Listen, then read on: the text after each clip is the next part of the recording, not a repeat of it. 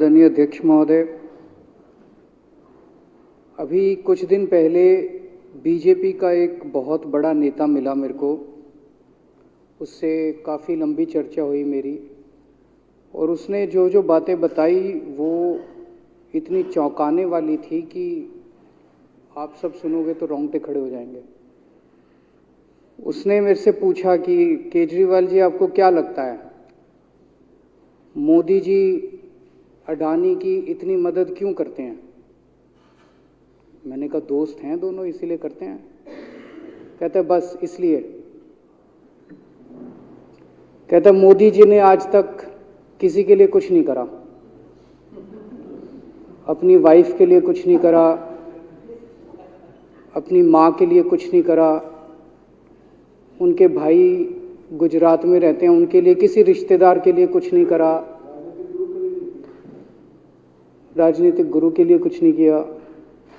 वो अपने दोस्त के लिए इतना कुछ करेंगे, ऐसा कैसे हो सकता है? दोस्त पे इतने मेहरबान क्यों हैं? ऐसी भी क्या दोस्ती है? आज के ज़माने में कौन कोई भाई के लिए कुछ नहीं करता, दोस्त के लिए कौन करता है? तो मैंने कहा फिर क्या मामला है?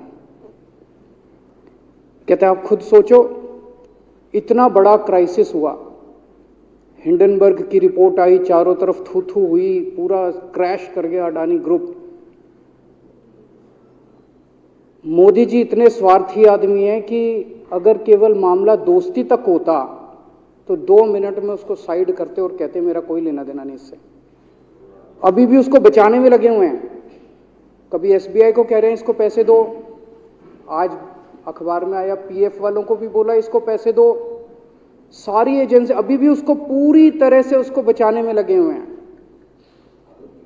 तो मैं भी अचंभे में रह गया कि मामला तो कुछ अलग ही है। क्यों? ऐसा भी क्या दोस्त हो गया कि दोस्त डूब रहा है और फिर भी उसको पूरी तरह से इतना बड़ा पॉलिटिशियन है। पॉलिटिशियन के लिए तो परसेप्शन सबसे इंपॉर्टेंट होती है। कोई आसपास वाला अगर कहीं, वो तो आदमी कह देता है यार मेरे से मिलना बंद कर दियो कल से, वो उसको अभी भी बचाने में लगे हुए हैं। और उसने मेरे को बताया कि, मैंने कहा फिर मामला क्या है? तो कहता है जी अडानी तो केवल फ्रंट है, अडानी में सारा पैसा मोदी का लगा हुआ है। मैंने कहा ये कैसे हो सकता है? ये नहीं हो सकता। कहते हैं अडानी के अंदर सारा पैसा मोदी जी का लगा हुआ है, अडानी केवल फ्रंट है, अडानी तो केवल मोदी जी का पैसा मैनेज करता है, मैनेजर है। उसको 10%, 15%, 20% इतनी कमीशन मिलती है, बाकी सारा का सारा पैसा मोदी जी का लगा हुआ है। अगर कल को जांच हो गई, जेपीसी बैठ गई, ईडी की जांच हो गई, सीबीआई की जांच हो गई, तो अडानी नहीं डूबेगा, मोदी जी डूबेंगे। जिस दिन अडानी डूबा उस दिन मोदी जी डूबेंगे। मैंने कहा यार उनको पैसे की क्या जरूरत है?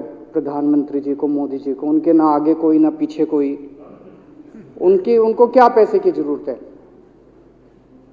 तो कहता है सर पैसे की हवस होती है, लत होती है। कहता है इतने दुनिया में इतने बड़े बड़े अमीर आदमी हैं, उनको कोई अब और पैसे की थोड़ी जरूरत है, लगे पड़े हैं सारे, और पैसा और पैसा और पैसा। बोला हवस होती है। बोला जिस दिन अडानी दुनिया का सेकंड रिचेस्ट मैन बना था, अडानी दुनिया का सेकंड रिचेस्ट मैन नहीं बना था, मोदी जी दुनिया के सेकंड रिचेस्ट मैन बने थे। और अब मोदी जी का ख्वाब है, उनका सपना है कि वो दुनिया के रिचेस्ट मैन बनना चाहते हैं। प्रधानमंत्री तो बन गए, वो दुनिया के रिचेस्ट मैन बनना चाहते हैं। फिर उसने मेरे को एक एक करके, मैं बड़ा धीरे धीरे उसकी बातों पे, पहले तो मैं एकदम शॉक हो गया ये कह क्या रहा है कि अडानी के अंदर सारा पैसा मोदी जी का लगा है। फिर वे धीरे धीरे उसने एक एक करके बातें खोल के समझानी चालू की।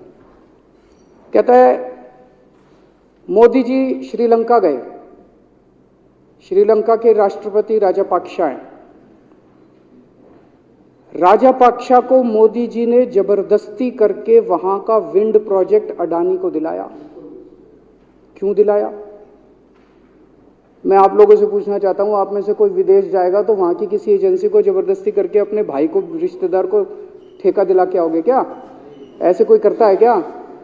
मोदी जी ने जबरदस्ती राजपाक्षा के ऊपर प्रेशर डाल के वहां का विंड प्रोजेक्ट अडानी को दिलाया। अडानी को नहीं दिलाया, खुद लिया वो प्रोजेक्ट। वो मोदी जी का प्रोजेक्ट है, वो अडानी का प्रोजेक्ट नहीं है। और ये बात कैसे निकली? वहां का जो बिजली बोर्ड है श्रीलंका का, जैसे अपने यहाँ स्टैंडिंग कमेटी है असेंबली की, पार्लियामेंट की स्टैंडिंग कमेटी है, वैसे उनकी भी पार्लियामेंट की स्टैंडिंग कमेटी होती है। तो वहां पे पार्लियामेंट की, श्रीलंका की पार्लियामेंट की स्टैंडिंग कमेटी ने जब उनके बिजली बोर्ड के चेयरमैन को बुलाया और बोले तूने ये प्रोजेक्ट अडानी को क्यों दिया, तो उसने कहा जी राजपाक्षा साहब ने मेरे को बुलाया था, उन्होंने कहा मोदी जी मेरे पे बहुत प्रेशर डाल रहे हैं कि ये प्रोजेक्ट अडानी को दो। मोदी जी बांग्लादेश गए, बांग्लादेश वालों को बिजली खरीदनी थी, 1500 मेगावाट बिजली 25 साल के लिए। मोदी जी ने वो प्रोजेक्ट भी अडानी जी को दिला दिया। अडानी को नहीं दिलाया, मोदी जी ने वो प्रोजेक्ट खुद लिया। 25 साल तक 1500 मेगावाट बिजली खरीदने का प्रोजेक्ट बांग्लादेश का, वो भी मोदी जी ले आए अपने नाम पे। इजराइल गए, इजराइल के साथ भारत ने कई सारे रक्षा सौदे किए, रक्षा सौदे, वो सारे के सारे रक्षा सौदे अडानी को दे दिए। अडानी को नहीं दिए, मोदी जी ने खुद लिए। अभी 2-3 साल पहले 6 एयरपोर्ट की नीलामी हुई प्राइवेटाइजेशन के लिए, सरकार ने उनकी नीलामी करी, भाई प्राइवेट प्लेयर आके लो। उसमें एक कंडीशन थी कि उसी को दिया जाएंगे ये एयरपोर्ट जिसने पहले एयरपोर्ट का काम कर रखा है। हर सरकारी ठेके में होती है, हम सड़क बनाते हैं, कहते हैं भाई सड़क, जिसको ठेकेदार को सड़क बनाने का एक्सपीरियंस है उसी को दिया जाएगा। हम बिल्डिंग बनाते हैं, हम कहते हैं भाई ये पानी के वाटर ट्रीटमेंट प्लांट लगाते हैं, हम कहते हैं भाई जिसने WTP वाटर ट्रीटमेंट प्लांट इतने लगा रखे हैं उसी को दिया जाएगा। हम सीवेज ट्रीटमेंट प्लांट बनाते हैं, हम कहते हैं जिसको 20 साल का एक्सपीरियंस है, 15 साल का है, उसी को। इसमें भी ये कंडीशन थी कि जिसने इतने साल तक एयरपोर्ट चलाने का काम कर रखा उसी को दिया जाएगा। अब अडानी ने तो कर नहीं, मोदी जी ने तो कर नहीं रखा था, अडानी ने तो कर नहीं रखा था, तो क्या करते? आखिरी मोमेंट पे वो कंडीशन हटा दी गई, बोले कोई एक्सपीरियंस की जरूरत नहीं है। 6 एयरपोर्ट नीलामी पे थे, 6 के 6 एयरपोर्ट अडानी को दे दिए। अडानी को नहीं दिए, मोदी जी ने वो खुद 6 के 6 एयरपोर्ट खुद अपने नाम कर लिए। आज 2021 नवंबर में एयरपोर्ट टेक ओवर किए, 2023 1.5 साल हुआ है। 1.5 साल के अंदर आज एयरपोर्ट का 30%, पूरे देश का एयरपोर्ट का जितना धंधा है, बिजनेस है, उसका 30% बिजनेस जो है वो मोदी जी के पास है। 30%, 1.5 साल के अंदर इतना बड़ा भारत देश, इतने एयरपोर्ट, 30% एयरपोर्ट का बिजनेस आज मोदी जी के पास है। एक और बड़ी इंटरेस्टिंग चीज हो रही है, ये ईडी और सीबीआई को इस्तेमाल करके बंदूक यहां रख के लोगों की फैक्ट्रियां छीनी जा रही हैं। मतलब 10 अक्टूबर 2018 को 10 अक्टूबर 2018 को कृष्णापट्टनम पोर्ट के ऊपर इनकम टैक्स की रेड हुई और 6 अप्रैल 2020 को 1.5 साल बाद वो पूरा एयरपोर्ट अडानी ने खरीद लिया। उसके यहां बंदूक रख के उसको कहा या तो दे दे और या जेल। तो वो अडानी ने नहीं खरीदा, वो मोदी जी के पास चला गया कृष्णापट्टनम एयरपोर्ट। 10 दिसंबर 2020 को एसीसी और अंबुजा सीमेंट पे रेड हुई और 2 साल बाद 16 अक्टूबर 2022 को दोनों सीमेंट प्लांट मोदी जी के पास चले गए। 2020 जुलाई को मुंबई एयरपोर्ट का मालिक था जीवीके, उसके ऊपर सीबीआई और ईडी की रेड हुई, एफआईआर हुई और 1 महीने बाद मुंबई एयरपोर्ट जो है वो मोदी जी के पास चला गया, अडानी के पास चला गया। तो ईडी और सीबीआई पे रेड कराते हैं, उसको धमकाते हैं फैक्ट्री वाले को, कंपनी वाले को कि या तो जेल जा और या तेरी फैक्ट्री हमको दे दे। ये इधर तो सुनते थे, हरियाणा की तरफ ये टुच्ची इधर इसकी फैक्ट्री भी छीन ली, पंजाब में भी सुनते थे इसकी भी फैक्ट्री छीन ली, इसकी। पूरे देश के अंदर ये इतनी गुंडागर्दी मची पड़ी है कि ईडी की रेड करा देते हैं, सीबीआई की रेड करा देते हैं, यहाँ बंदूक रखते हैं और कहते हैं या तो फैक्ट्री दे दे और या जेल जा। ये क्या चल क्या रहा है इस देश के अंदर? इन्होंने अभी थोड़े दिन पहले ऑर्डर निकाला कि सारे जितने पावर प्लांट हैं, जितनी राज्य सरकारें हैं, पंजाब सरकार की, हमारी जो सरकार है, उनके पास भी ऑर्डर आया, सारी सरकारों को जितना उनका कोयले की रिक्वायरमेंट है उसमें से 10% कोयला इंपोर्टेड इस्तेमाल करना पड़ेगा। और इंपोर्ट केवल मोदी जी करते थे, अडानी करता था। तो इसका मतलब आपको 10% अपना कोयला कंपलसरी, जरूरत नहीं है आपको कोयले की, लेकिन 10% कोयला आपको अडानी से खरीदना पड़ेगा। हमारे देश का कोयला 2000 रुपये टन है, इंपोर्टेड कोयला 20,000 रुपये टन है। 10 गुना दाम के ऊपर आपको अडानी से यानी कि मोदी जी से कोयला खरीदना पड़ेगा।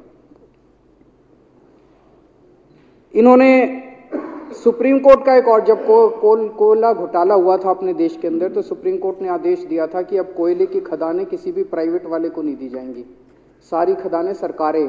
तो इन्होंने कुछ खदानें राजस्थान सरकार को दे दी, कुछ खदानें छत्तीसगढ़ सरकार को, कुछ खदानें पंजाब सरकार को, सरकारों में बांट दी।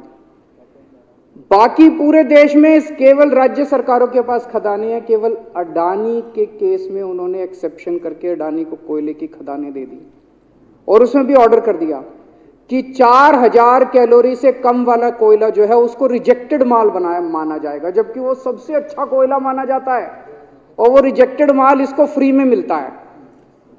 तो कम से कम 2800 करोड़ रुपए का कोयला हर साल फ्री में मोदी जी ले जाते हैं। 2800 करोड़ रुपए का कोयला हमारी खदानों से हर साल मोदी जी निकाल के ले जाते हैं। 2014 में, अभी जो अतिशी जी ने कहा, 2014 में अडानी जी की यानी कि मोदी जी की जायदाद 50,000 करोड़ की थी। 7 साल बाद इनकी जायदाद हो गई 11.5 लाख करोड़। मोदी जी इतना पैसा लेके कहां जाओगे? 11.5 लाख करोड़ रुपए की जायदाद, 7 साल में इतना लूट लिया आपने देश को। 2014 में 609 नंबर पे थे, अब ये सेकंड रिचेस्ट बन गए, अब रिचेस्ट बनना चाहते हैं ये तो। लेकिन कुदरत है, कुदरत तो बड़ी ताकतवर है। किसने सोचा था एक दिन हिंडनबर्ग रिपोर्ट आएगी और 24 घंटे के अंदर सारा तहस नहस हो जाएगा। 1947 से लेके 2014 तक 67 साल में भारत देश ने, सारी सरकारें जितनी आई सबने मिलके 55 लाख करोड़ रुपए का कर्जा लिया था भारत सरकार ने। 2014 से 2022 7 साल के अंदर 85 लाख करोड़ रुपए का कर्जा ले लिया, दुगने से भी ज्यादा। जितना 67 साल में लिया था उतना 7 साल में ले लिया। ये पैसा गया कहां? ये पैसा गया कहां? ये सारा इनकी जेब में गया। तो मैं जनता को कहना चाहता हूं, आप तो जीएसटी देते हो, अपने बच्चों का पेट काट के टैक्स देते हो, दूध पे, दही पे, हर चीज पे जीएसटी देते हो। वो जीएसटी का पैसा जाता है जनता की उसमें खजाने में, वहां से वो जाता है अडानी के खजाने में और वहां से वो जाता है मोदी जी के खजाने में। दोनों हाथों से लूट मची हुई है, पूरे देश को लूट रहे हैं प्रधानमंत्री जी, मोदी जी पूरे दोनों हाथों से लूट रहे हैं। कोयला लूट रहे हैं, एयरपोर्ट लूट रहे हैं, सड़कें लूट रहे हैं, बिजली लूट रहे हैं, पानी लूट रहे हैं, कुछ नहीं छोड़ा, सब कुछ लूट रहे हैं। जितना कांग्रेस ने 75 साल में नहीं लूटा, उससे 10 गुना इन्होंने 7 साल के अंदर, 8 साल के अंदर लूट लिया देश को। अडानी का क्या रोल है इसमें? मोदी जी कम पढ़े लिखे हैं, उनको समझ नहीं है कि करना क्या है। अडानी आके बताता है पैसा यहां लगा लो, इस देश में चलते हैं, वहां की ये कंपनी खरीद लेते हैं, ईडी को और सीबीआई को इसके पीछे लगा दो। वो सारा मैनेजमेंट करता है, दिमाग उसका, पैसा मोदी जी का। उसके बदले में उसको पता नहीं 10%, 15%, 20% कितनी कमीशन मिलती है, लेकिन दिमाग सारा अडानी का है। और मेरे को ज्यादा चिंता इस बात की है अध्यक्ष महोदय प्रधानमंत्री जी कम पढ़े लिखे हैं, उनको कम समझ में आता है। लोग आके उनको कुछ ना कुछ कहीं भी जाते हैं या कोई विदेश से आता है, उसके जो भी विदेश से नेता आता है या कहीं जाते हैं तो दो ही कंडीशन होती है। एक तो उसको कहते हैं भाई गले मिल ले तो फोटो खिंचा ले, गले मिल ले फोटो खिंचा ले, पार्क में घूम ले तो वो फोटो खिंचाने के लिए उसको कहा जाता है भाई फोटो खिंचा ले, फोटो खिंचाने के लिए। और दूसरा उसको कहा जाता है भाई अडानी को ये ठेका दे दे, अडानी को ये ठेका दे दे। और कोई किसी कईयों को कहते हैं तारीफ कर दे, कोई आके कुछ नेता आके कहते हैं ना मोदी जी तो दुनिया के सबसे लोकप्रिय नेता है। उसने क्या लेना देना मोदी जी दुनिया के सबसे लोकप्रिय, वो आके क्यों कह रहा है? बदले में वो देश, ये जो गोरे हैं ना बहुत चतुर हैं, बहुत चालाक हैं, ये ऐसे इतने भोले वाले नहीं है कि यहाँ पे आए और कह गए मोदी जी दुनिया के, वो पता नहीं किस किस चीज पे साइन करा के ले जाते हैं, पता ही नहीं चलता बदले में क्या साइन करा के ले जाते हैं। यही हुआ था 17वीं 18वीं सदी के अंदर हमारे देश में। वो ईस्ट इंडिया कंपनी वाले आते थे, उस टाइम के हमारे राजे महाराजे भी ऐसे ही अनपढ़ होते थे, उनको कुछ अकल होती नहीं थी। उनके राज्य उनके दरबार में आते थे, उनकी तारीफ करते थे, खूब तारीफ करते थे और पता नहीं किस किस चीज पे साइन करा के ले गए। 100 साल के अंदर पूरा देश अंग्रेजों ने कब्जा कर लिया। वही हाल अब हो रहा अपने देश का कि हमारे कम पढ़े लिखे प्रधानमंत्री हैं, पैसे की हवस है और मतलब जो भी आता है 2 लाइन उनके उसमें बोल दे, गले मिल ले, पार्क में घूम ले, अडानी को 2 कंपनियों का ठेका दे दे, बदले में पता नहीं देश का क्या क्या बेच दिया इन लोगों ने। बहुत चिंता है हम लोगों को देश की इस वक्त, जिस दौर से देश गुजर रहा है। मुझे लगता है कि आज़ादी के बाद से सबसे भ्रष्ट प्रधानमंत्री अगर कोई हुए हैं जिन्होंने देश को इतना लूटा है तो वो आज मौजूदा प्रधानमंत्री हैं। और उसके ऊपर कम पढ़े लिखे हैं, उनको कुछ पता नहीं, कोई कुछ भी उनसे साइन करा के ले जाता है, किसी को कुछ पता नहीं चलता। मैं संजीव झा के प्रस्ताव का समर्थन करता हूँ।